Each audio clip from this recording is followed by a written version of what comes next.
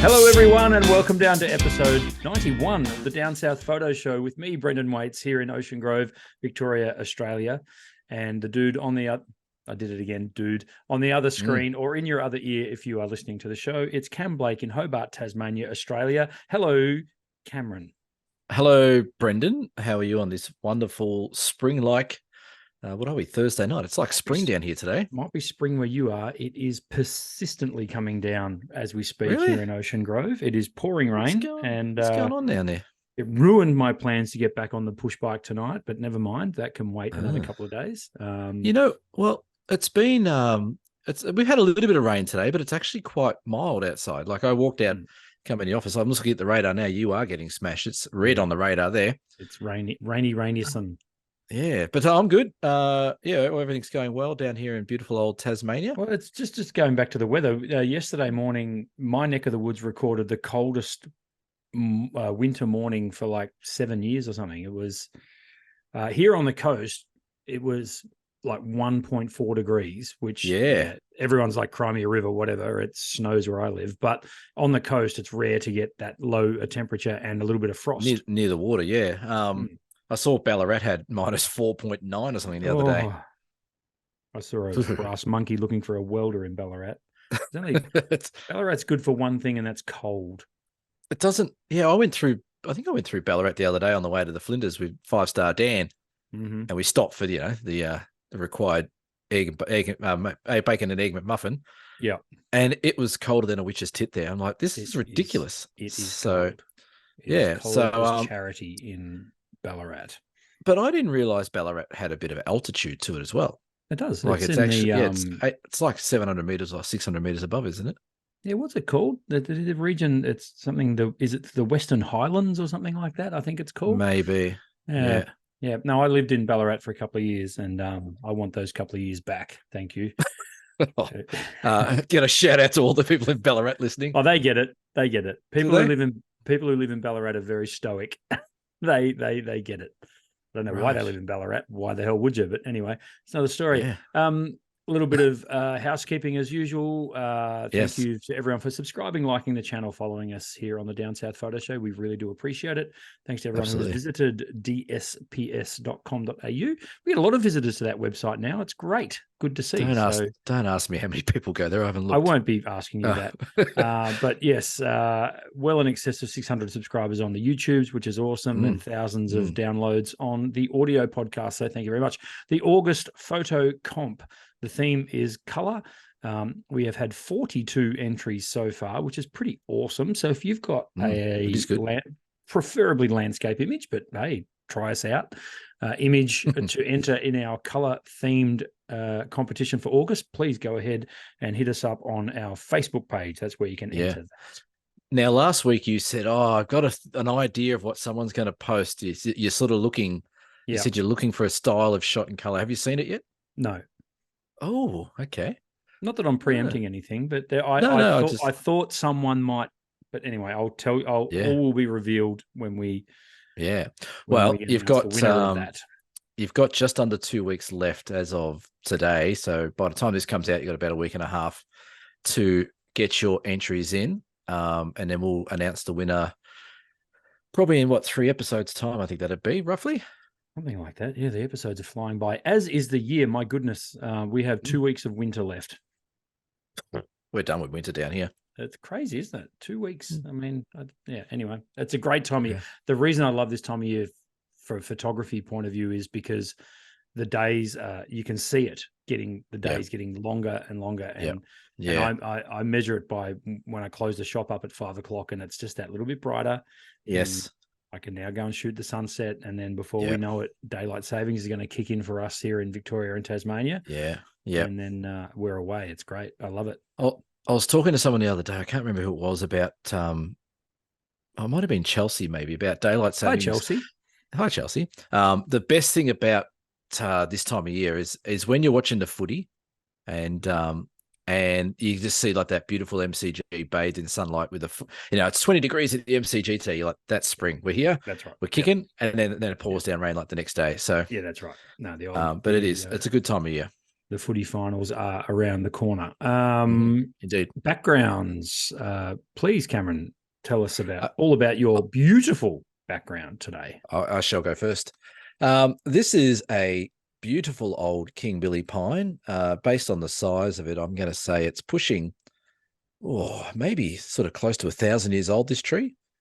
Probably 750 to 1,000 years old. It was in the forest on the King Billy Walk, which is up at Cradle Mountain on our recent Cradle Mountain workshop. But we were practicing sunstars and getting the sunstars coming through the forest. And because in the forest shots, the sky is not really going to do much for you because it's usually blown out. But you can create some interest by shooting a small aperture hole, something like an f11 or f16 works generally pretty well to create that little sunstar. So I took this shot as a bit of an example, and then it actually worked out pretty well. But I've had a few comments about the sunstar that it looks quite unique, and it's sort of got like streaks as opposed to sort of, I guess, like rays coming through. But I think it's the lens I was using. It was like an 18mm lens. I think it's just the coatings on the lens have given it a really cool effect. But minimal photoshopping or lightrooming on that, just getting the exposure right. And I like it. Looks pretty cool. I thought I'd use it as my background. Now, is it a myth or am I right in saying that you can count the streaks and see what aperture you shot at? Oh, I've heard of this before. If you shoot, I haven't heard of that one. Yeah. I don't know. I could be wrong. It's something way back in the recesses of this brain that retains useless information. But I read, so maybe it might not be with the sun. It probably would be, but like street lights and stuff. If you count the fronds, you should be able to work out within reason what aperture that was shot at. So let's go with that. Yeah, why not? It sounds good, doesn't it? Let's just make crap up like we do here. We've been bullshitting our way through the last 90 episodes, so why not stop? Why stop now? Right. Yeah, why stop at 91? Yeah, I don't know. Maybe you might be onto a winner there, mate. I don't know. Well, wouldn't it make sense? Well, no. Well, I thought it had something to do with the blades of the actual aperture mechanism itself. But anyway, it doesn't matter. We'll break that down in another episode and completely bust that. I would suggest, if I was going to have a guess, it'd be something to do with the elements in the lens. Yeah. Oh, it could be too. Yes. Maybe it's maybe the amount of elements in the lens is how many streaks you get, or a combination. I don't know. We'll have to. If anyone knows the answer to that, if you know the answers, please by all means comment. If you would like to run the show and educate us, feel free. Right, exactly. Hey, we're all learning here. I like it. Should we talk about my background? Absolutely, go for it. This is boring Ocean Grove Beach. So, what are we doing on tonight's show? That's. I like the streaks in the water though. That's pretty cool. Yeah, that's using motion blur in Photoshop to achieve that. Oh, you cheating bastard! Yeah, I know, aren't I? Just horrible. What a loser.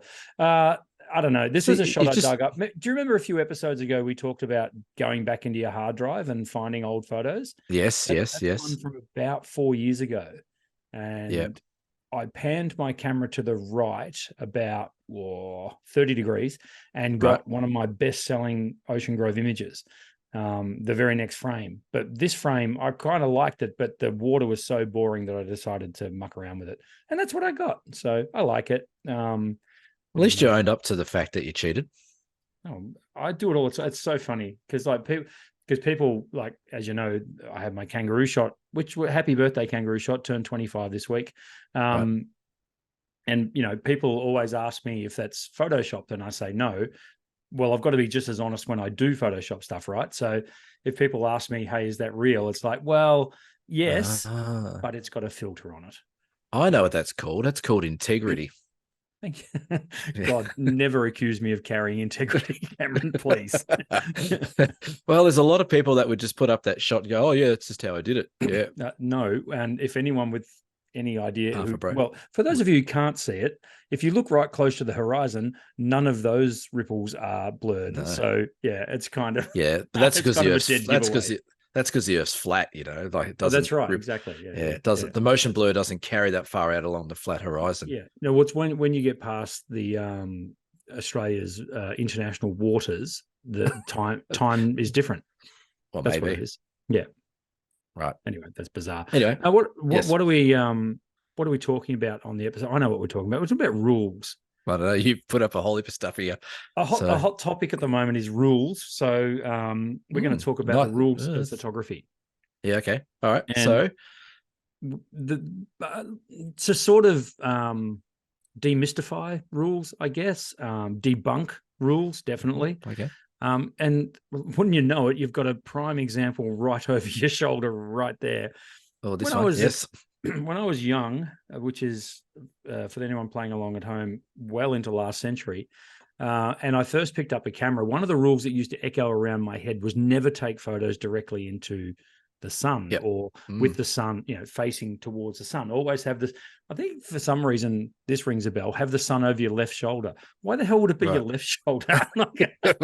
Well, what if you're right-handed? You're stuffed then, aren't you? That's right, exactly. But that seems to ring true with me. That I was told, and I think it does ring true. Okay, back in the day, when you had a flash that would fire and throw 3 feet, you didn't want to have silhouettes, and I get that. And when you got people in your frame, sure, but this whole thing of don't take photos directly into the sun. Let's debunk that. Well, I think you've just raised a really interesting point. I think a lot of these rules, most of these points we don't know, but I think a lot of these rules are not necessarily created for landscape photography. Right. I think a lot, exactly what you said there with portrait photography and stuff like that. A lot of these rules, I think, were made for portrait photography and maybe some wedding photography and all that kind of stuff. Shooting into the sun, I was the same. I remember learning about that and hearing about that and working at camera shops. They're like, oh, don't ever shoot into the sun. But yeah, it's definitely something you don't do it all the time, and you're not looking to shoot directly straight into the ball of flames into the sky.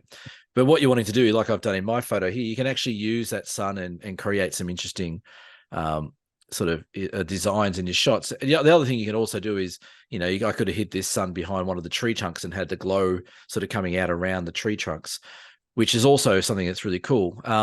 I think maybe one of the reasons why people said don't shoot into the sun, based on the fact that everything was filmed when these rules were made, is that exposing for that kind of stuff is a nightmare. So, there's a lot of adjusting and exposure you've got to do if you're going to use the sun so prominently in your shot with a bright sun star or, behind a trunk and creating a glow. You've got to either, create that silhouette, or you've got to expose or overexpose. So I think it's a bit like every other rule in photography. Keep an eye on it, but don't necessarily live by it. I think if there's a shot that can be taken, then, and if you can be creative enough, then absolutely. That's sort of what. Yeah, that would be a blanket comment for pretty much all our rules in inverted commas, because I've always been with photography. I think those rules sort of hang in your brain, and it's like, if you remember, we talked about photographer's block, sometimes falling back to the basics, which is some of the rules are about, which we'll talk about a few more rules in a sec. Sometimes they can help you. They can be a bit of a rock. It's like, okay, my composition, what the hell am I doing? Let's go back to these so-called rules and start there. And then you've got a foundation to shoot from. And then you've got that ability to twist the rules and start to break a few rules. Hey, what does it look like when the sun's not obscured by that tree trunk? And what kind of technique can I employ here? This is where I love the minutiae of all photography, but particularly landscape. And that is the tweaks and the infinite number of tweaks you can make to your image by bending the rules.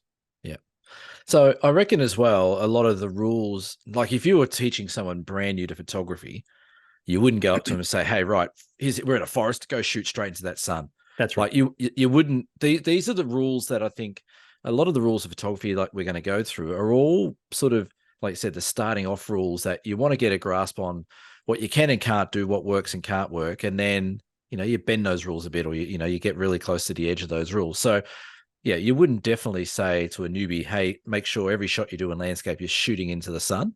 No, that's right. But you would certainly advise, if you see a shot that the sun's creating some interesting light coming through a canopy or reflecting off of water or sort of hidden behind a mountain, then by all means start to incorporate that in your shots. But you wouldn't go out there off the bat saying, hey, let's just shoot straight at the big star in the sky there. And as I say, the rules can become more of a safety net when you are battling and you're trying to get it right. Absolutely. Yeah. The big one though, and I'm sure, well, most people who listen to this show would know or would have heard of the rule of thirds. Basically, if you've got your image and you draw I call it noughts and crosses board, or a tic-tac-toe board on your frame in your mind, it's where those lines intersect. So in my case, it'd be like here and like here. So pretty much where my horizon is, what do you know? And pretty much where the top of the stairs are there, surprise, surprise. It's good to have points of interest where those lines intersect. And in the case of my photo, I'll just cover that up. You can see the yellow sign there pretty much happens to be right where those lines would intersect. So that can, generally speaking, as a rule, give your image a little bit more interest. So do you consciously use the rule of thirds, Cam? I have the grid on my screen, but I think it just becomes a bit of sort of second nature now, where you just don't want.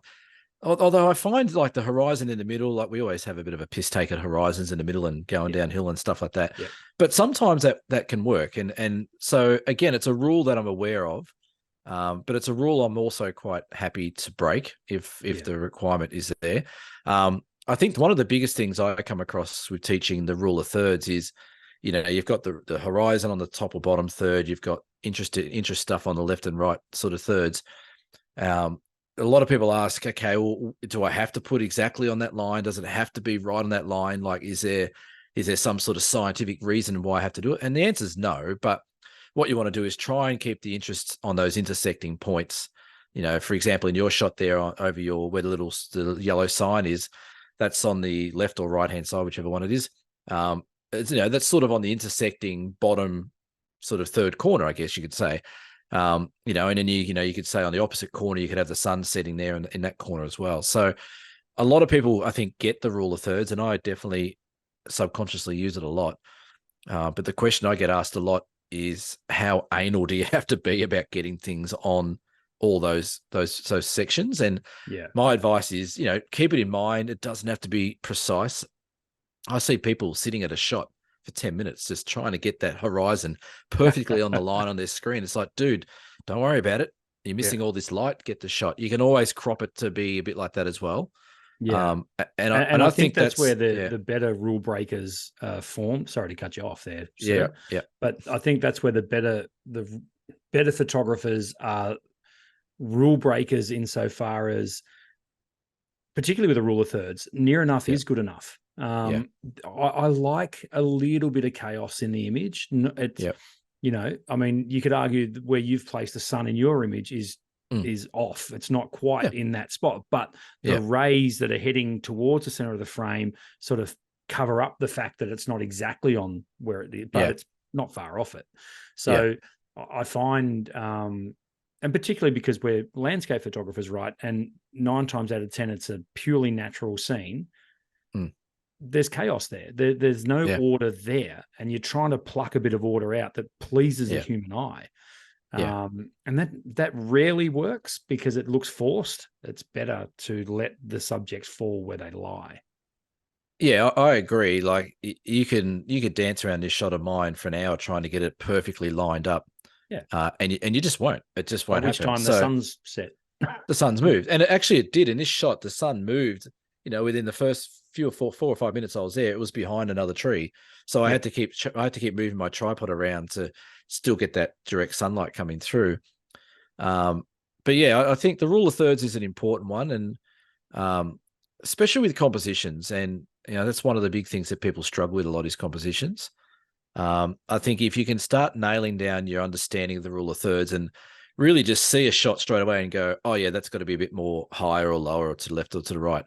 I think when you start doing that, it becomes less of a problem, and then you can concentrate on the next step that you're doing in your shot. So, but again, if you've got a perfect reflection, like on Lake Tyrrell at our upcoming Murray Melly workshop, and it's absolutely stunning, if we're doing something, the sunset, or there's a beautiful reflection, then you might cut the scene straight in half.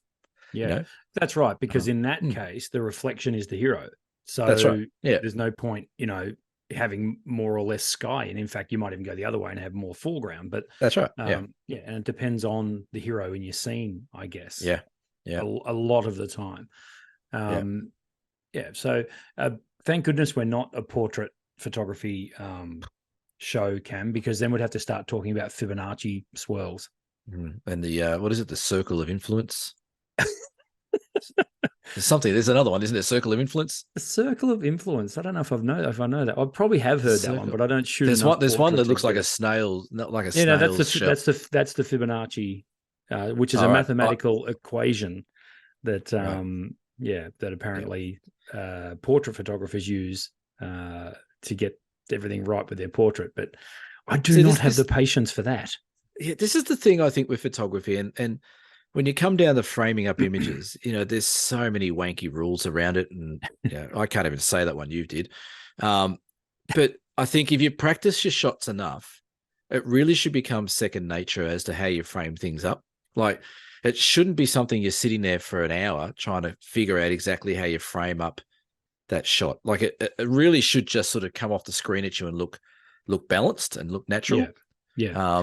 And it's amazing how many times you look at people's photos, and I'm like, oh, maybe if you just move that up or down a bit, and they're like, oh, okay, and straight away they're like, oh yeah, I see it now. Like it pops off the screen when it's sort of almost like the circle into the circle hole. It just fits, and then it makes it work. So okay, so you used a word there that I use all the time on my workshops, particularly my landscapes and seascapes workshop. Wanky. Yes, all the time, particularly when you come up. No, when we're talking balance, I think that's crucial to a landscape photo is balance. So it's the yin and the yang. You've got something up here. Well, it needs to be balanced by whatever's down here. Now, sometimes, and I think one of the biggest ones that's overlooked is negative space, where the emptiness actually creates the balance against the main subject. So you might be shooting one particular subject, and neither of our photos are a good example of this, but I've got a photo of a surf life-saving flag on the beach where it's literally just the flag, and the rest there's a whole heap of nothing in that photo. Except there's an awesome storm in the background. There's clouds and that sort of stuff, but it's such a grand landscape that it creates that negative space. And keeps the attention firmly honed on the surf life-saving flag. So I think that sort of stuff really works. So it's funny you say, because we did a fair bit of that when I did my Olympus days in Melbourne the other week. When we did street photography, we actually did a fair bit of that using negative space to our advantage. And I'll try and see if I can put it up on the screen here now. There was people in the city. There was people in the city all the time. It was really cool, and the city's a great spot. I'm just going to edit it right into the image right here. So there you go. I'm going to do it. Or you anyway. can use it as your background. Why not? So there, like, just that guy was standing there with his coffee, and I think he had a smoke in his mobile phone. But like, I could have put him straight in the middle of the scene, but just off to the side with all that beautiful sort of texture on the wall, like, it just helps. Like, there's nothing there to give any interest apart from the fact that there's nothing there for interest. So it sort of works. So you could do that with a tree, or like you said, you could do it with many different things to create that negative space. Flag right there. So that's the image I was talking about as well. You're showing off too, eh? Well, I've just changed my background. So sorry for people listening tonight. They're getting well and truly ripped off. You're just going to have to jump on the YouTube channel and have a look, folks. I'm going to change mine over. That's right. Look at that.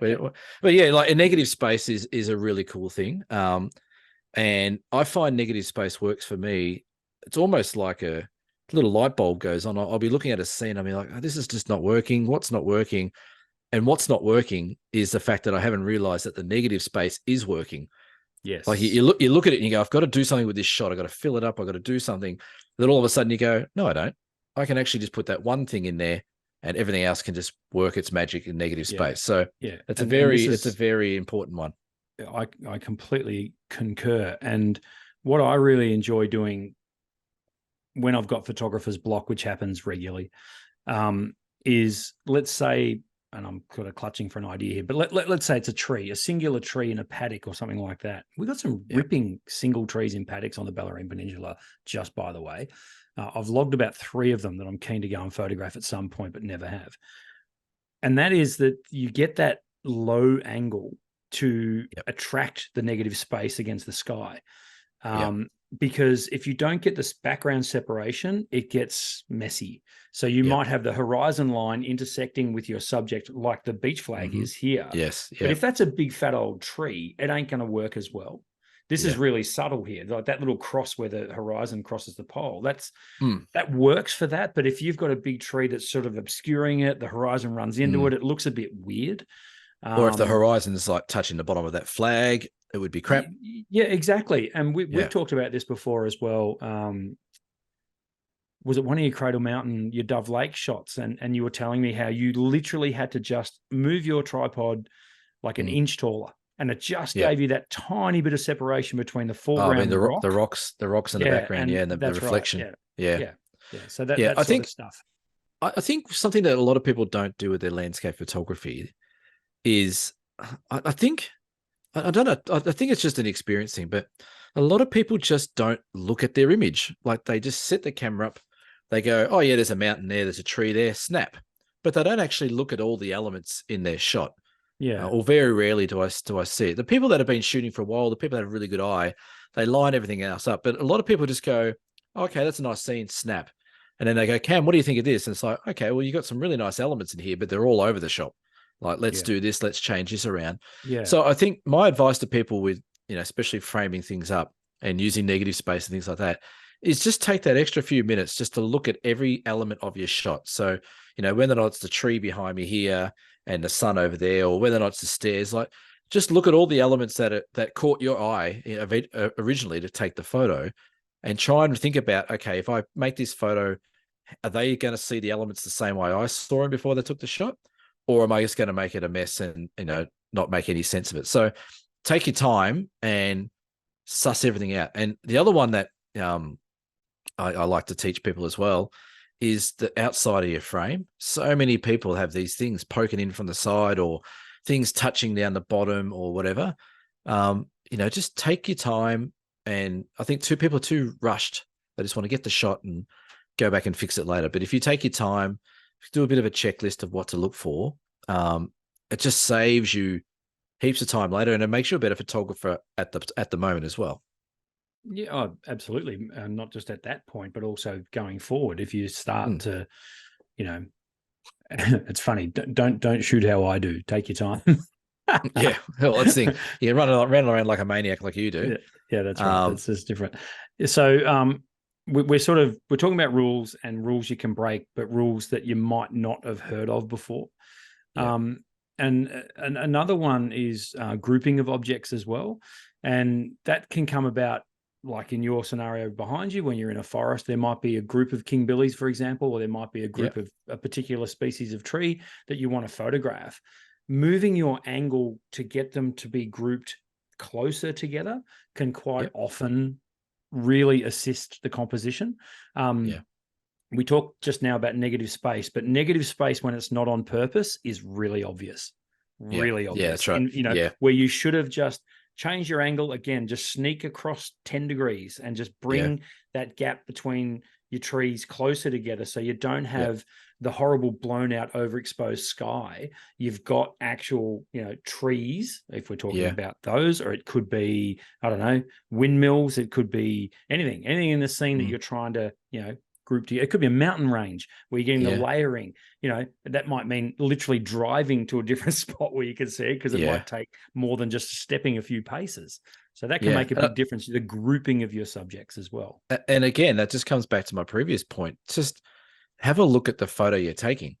Like, I think so many people just don't actually look. They go, oh, that's a nice scene, I'll snap that. But they don't actually look at what they're framing up or what they're trying to snap. So you're 100% right. Like, try to get that extra bit of effort into the shots you're doing to group things up or whatever it might be, can make a huge difference between your shot being a nice shot or a really, really good shot. So, yeah.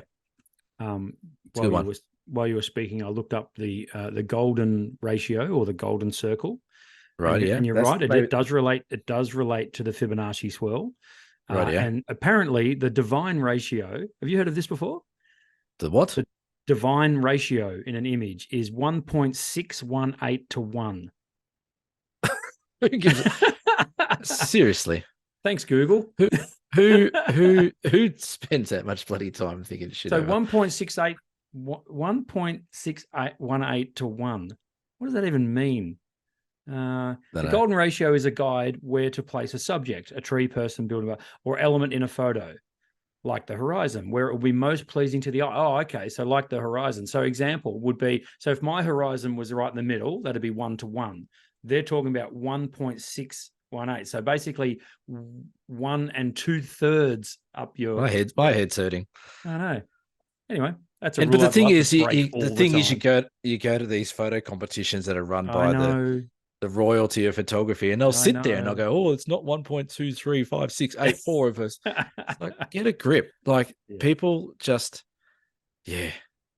that's weird. The other rule that I hear a lot, and it really is by people who don't know, so people who are a little bit naive to photography, and that is get a better camera. What? No. all things are fixed if you get a better camera. Well, of course. So you subscribe to that rule, Cam? Oh, totally. Yeah. I'm only a decent photographer because I've just spent lots of money on heaps of cameras over the years. Exactly. No, and isn't it all photographers' biggest gripe is when someone looks at their photo and they say, "You must have a great camera." Yeah, that annoys me. But my God, it's like fingers down a chalkboard.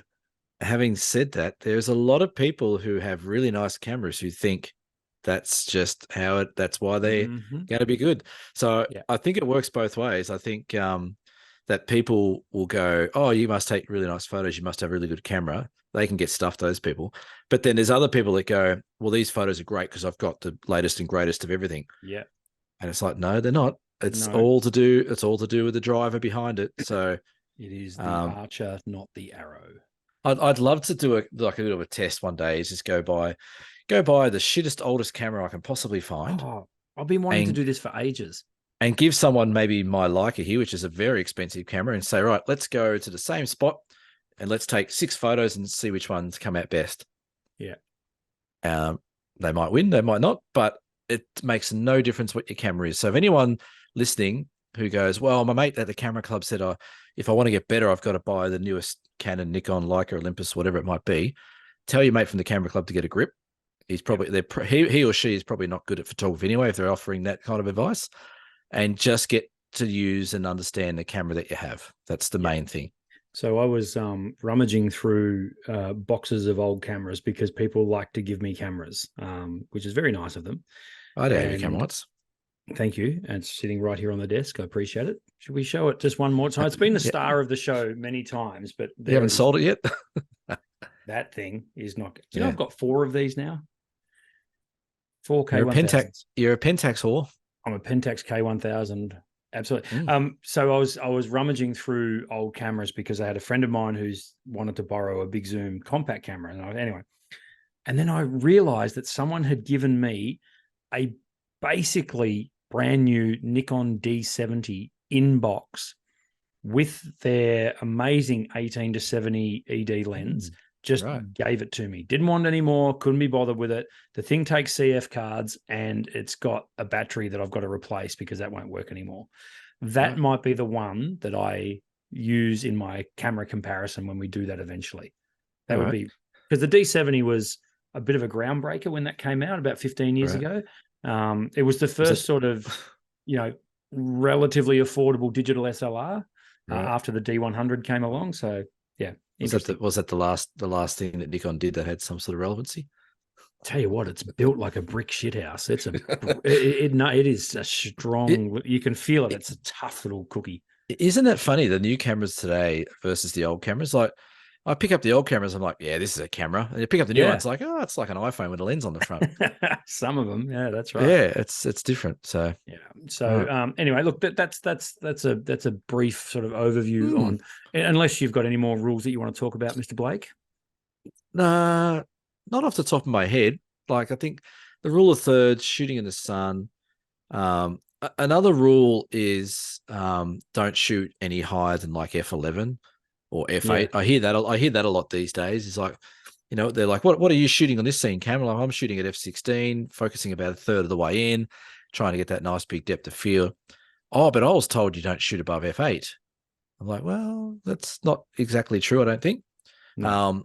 And I think with the new lenses and new sensors and everything else that goes with editing and stuff like that, diffraction and refraction and all that kind of jizz that goes with it, I don't think it's an issue. So I don't It's certainly think not as big an issue as it used to be. No, that's right. Exactly right. And I think that's another one. And I think a lot of these rules we're talking about come out from people just talking photography in clubs and online and stuff like that. And that stupid bloody thing, YouTube, that everyone goes and looks at. I don't know why people spend time on YouTube. It's a waste of time. Present company included. But you know what I mean? Like that, people just go. That was very meta of you. I like it. There is a wealth of information. Like there is just so much information these days, and I think that should be one of the rules: is don't go fishing for too much information. Yeah, no, that's right. Because you'll get lost. Yeah, I agree with that. That some channels that you follow, they bang on about the one thing all the time, and it's like, hang on, stop, you're wrong. You're right. No, that's not correct anymore. And it might have been at one point, so you can't blame them. But things get updated and need to be corrected. Cam, well, I was just going to say, there's another question for you. Yes, are some of the rules is it a matter of people misunderstanding what the rules will be? Or is it some people actually think, oh, yeah, you definitely don't shoot in the sun? Like, no. I think it purely comes down to what you said earlier, and that is people forget the different genres of photography and use it as a blanket rule for all photography.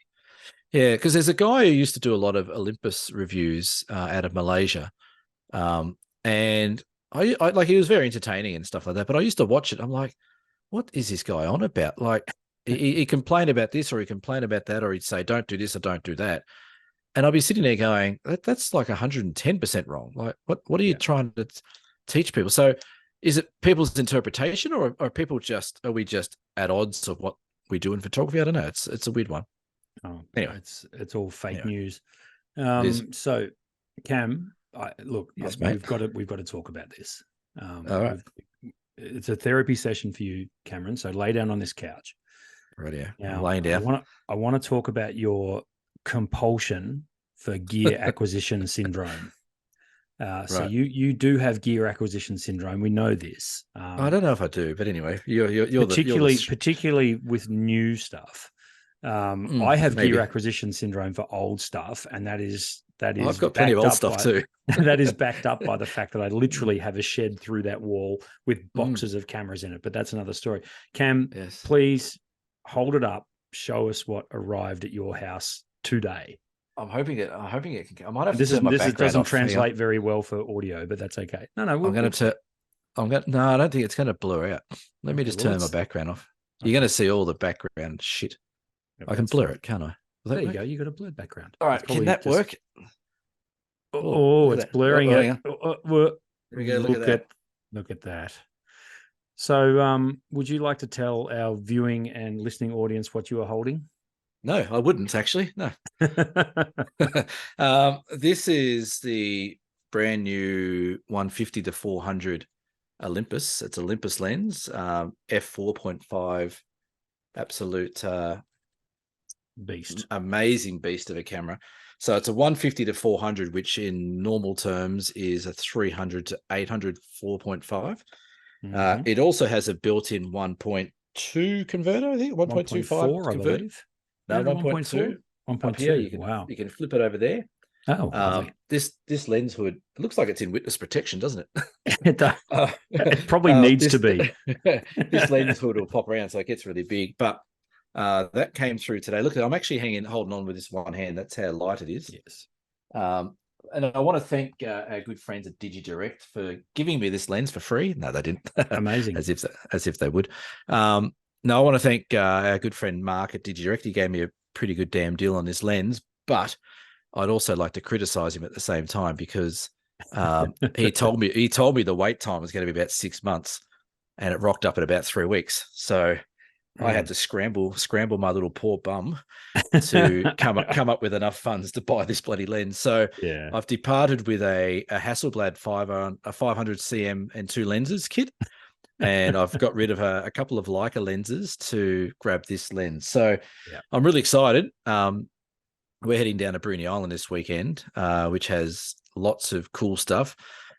We are doing a boat trip though, and I'm a bit nervous about taking this brand new lens out on a boat trip because there's whales jumping and dolphins and seals everywhere down where we're going. You're insured. Come on, man. Just take it out. I'm gonna have to make sure it's insured. I think it's on there. I haven't put it on there yet, but so yeah, it came through today, and I'm like, oh, okay. And I gave it a bit of a whirl around the neighborhood. It was quite funny. I was on my front porch. I'm like, oh, I'll test this out, and I'm shooting around. And I didn't even think about it. The kids are all playing on the oval down at the school, and I'm shooting around. This lady walks past my house and looks up the porch, and you can hear all the kids yelling and having their fun at lunchtime. I'm like, oh no, I'm definitely not taking photos of children. It's okay. I'm taking photos of things away from there. So that's I had to. You got to be careful, don't you? You do, but I'm really excited about using it. It's a lens that it's funny. You say it's a new toy, which it is, but it's actually sparked my interest in a new sort of genre of photography I'd like to give a bit of a crack at, which is wildlife photography. I've got a couple of really amazing customers who have this lens as well. David, if you're listening, he let me use it in the Flinders Ranges a fair bit. And Rhonda, who I know listens to this show, who waited 7 months for her lens, she's using it for her wildlife, and she's going on a trip to the Northern Hemisphere soon as well. But it's the quality I've seen out of this lens has made me think maybe there's some really cool animals and really cool birds down here in Tassie and wildlife. I wouldn't mind giving it a bit of a go. And people are going to say to me, oh, you're such a wanker because you've just dropped a lot of money to give it a go. But I think it's also, I'm a big person with gear. Like I buy gear that I know is going to hold its value. So I know that, a couple of years time, if I'm not enjoying this anymore, I want to move it on, I'm going to get my money back most likely. Yeah, definitely. So it's a bit of an investment as well. So yeah. I'm excited to use it. And maybe next week I can show off some photos of the lens just before it got dropped into the Southern Ocean. Yeah. please don't. That'd be a travesty for all of us, not just you. It would be. Cringe a lot.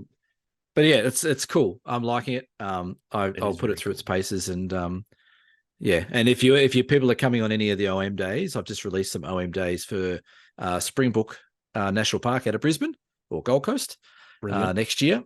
This time next year actually, so a long way away. But I'll have that lens with me most likely. So if someone wants to try it out, you're more than welcome. And if you come on any of my workshops or our workshops, Brendan, I'll bring it along, and people can have a bit of a play if they want. I might get my hands on it. Don't be offended if I'm breathing down your neck as you're using it. How hilarious is that lens going to look on my OM5? Well, it would look pretty funny, but I tell you what, it might be just what you want. Oh, exactly. I might have to ask Santa for one. Yeah, that's the only way I'll get one, by the way. Yeah, look, Lisa wasn't too happy and the thing is, like, it's about that big, right? How big do you think the bloody box for it is? Oh yeah. It's huge. Like stupid. Like, yeah. So this box rocked up today, and Lisa's like, "What's in that? Like a TV or something?" I'm like, "Just another lens. Don't worry about it. It's just a lens." That's right. It's all about the tools of the trade, Cameron. Well, she does what she normally does and just turned her head and walked off. Yep. Tools of the trade. We need them. You know what I'm not allowed to buy? I'm allowed to buy that, but I'm not allowed to buy the Titanic Lego set. Cameron, apparently that's where the line's drawn. Yeah, I'm kind of with Lisa on that. Oh, come on. Lego's awesome. They should make some Lego cameras. Yeah, they should. They probably do. Where's my Lego camera guy? Here you go. They do. See, there he is. Got my.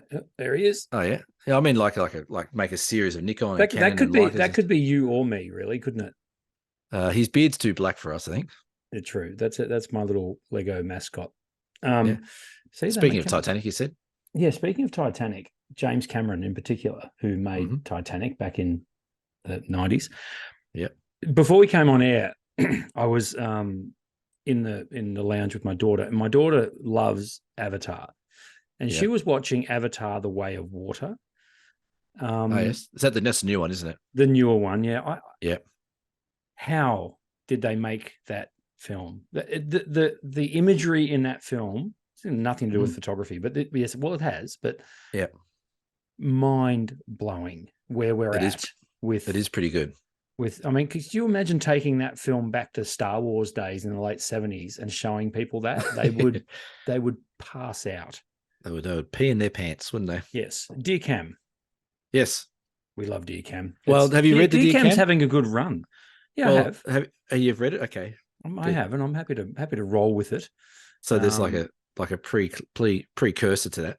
Yeah. Well, because we were talking last week about a certain YouTuber that is now facing the wrath of Parks and Wildlife Tasmania for doing things that they probably shouldn't have been doing in national parks, in particular in Tasmania.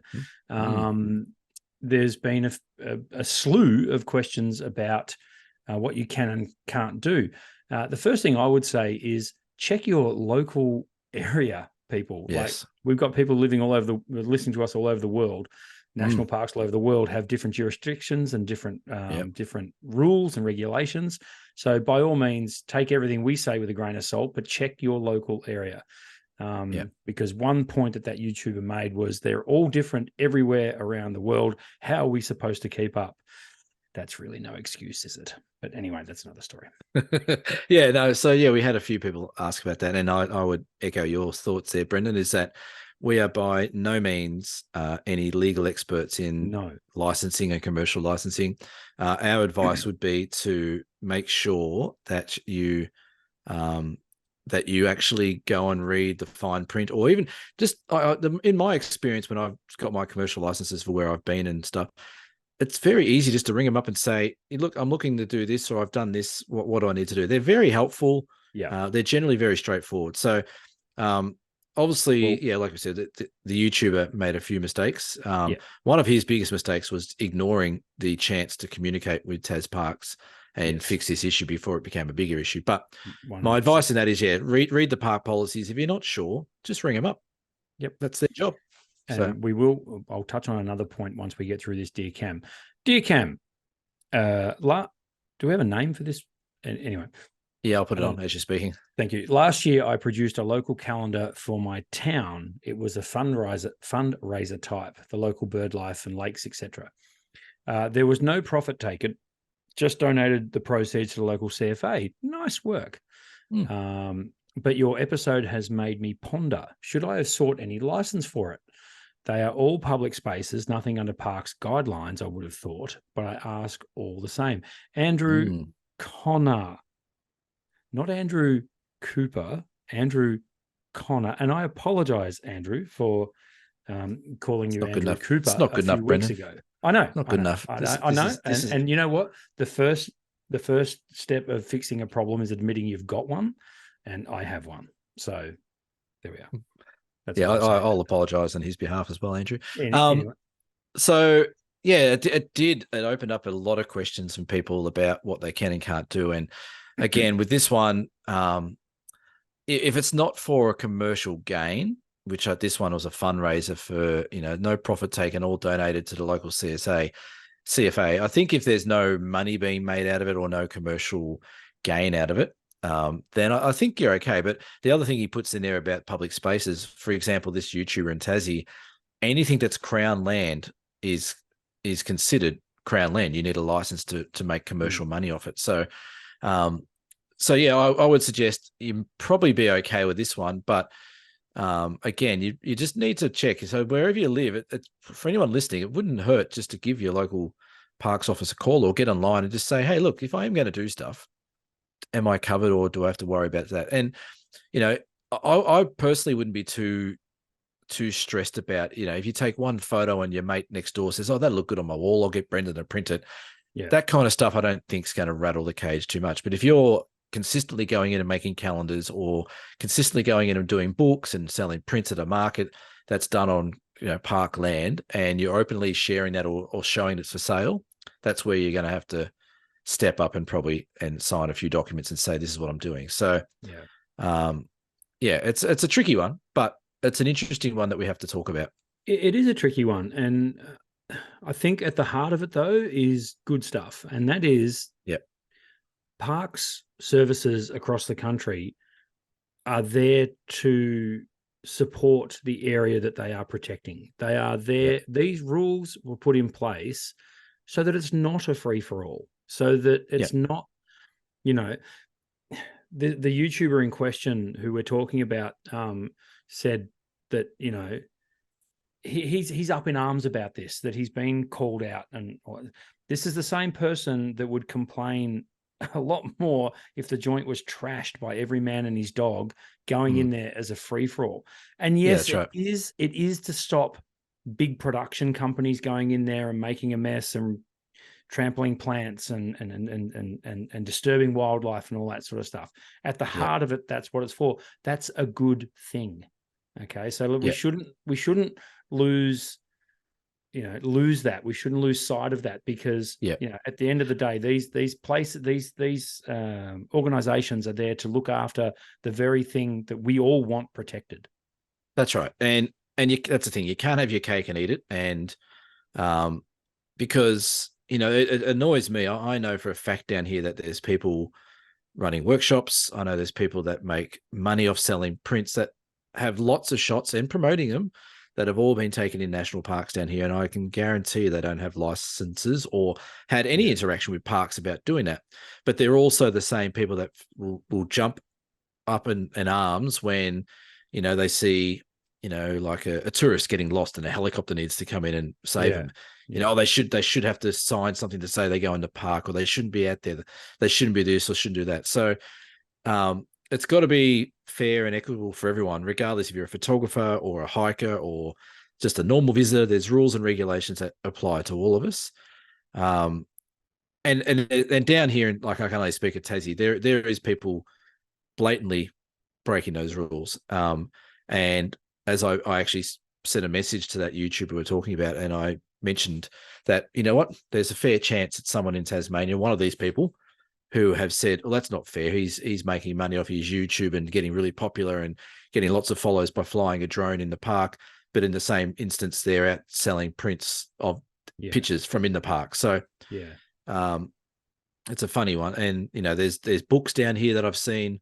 There's an Aurora book that's out that people have all contributed to, that's making quite a bit of money, I'd imagine. There's multiple photographers in there and multiple shots from in the parks. Do they all have licenses? Who knows? It's an interesting one. I've been, encouraged to take up a conversation with parks and ask a few questions, but I'm staying well out of it. I know I'm covered, and I know I'm doing the right thing, and I've learnt the hard way, but I've learnt that, it's no point anymore. Yeah, that's right. And I know it's tough because this person feels like a bit of a scapegoat. Feels like he's been made an example of, but in the long run, it's a good thing, because it gets noticed, it gets traction. I'm sure the media are going to pick up on this because it's a divisive issue, and how much the media loves to divide. So, he's pushing for a meeting with the state premier here, who's also the Minister of Tourism. Old Rocky. Yeah, look. Again, I'm staying well out of it. It's hard to stay out of it, isn't it? It's hard because we have opinions, and truly, honestly, I can see both sides of the argument plain as day. I really can. So it is hard to sort of plant your flag, but if I'm going to plant a flag anywhere, it will be on the side of Parks Tasmania. I see completely where they're coming from, and this is the point I wanted to make, and that is, I believe, as this YouTuber made the point today, that some of their rules and guidelines need updating. We updated it with the invention of photography. Rules had to change. We updated it with the invention of audio recordings. With YouTube, it needs to be updated. Because he's right in what he says. He's not a massive production. He's a content creator. And more power to him. I actually watched a couple of his videos the other day. They're bloody entertaining. They're great. I really enjoyed the way he does it. But unfortunately, but the thing is, though, with that as well, he's got about 50,000 followers on YouTube, which isn't. Oh, that's it's heaps more than us.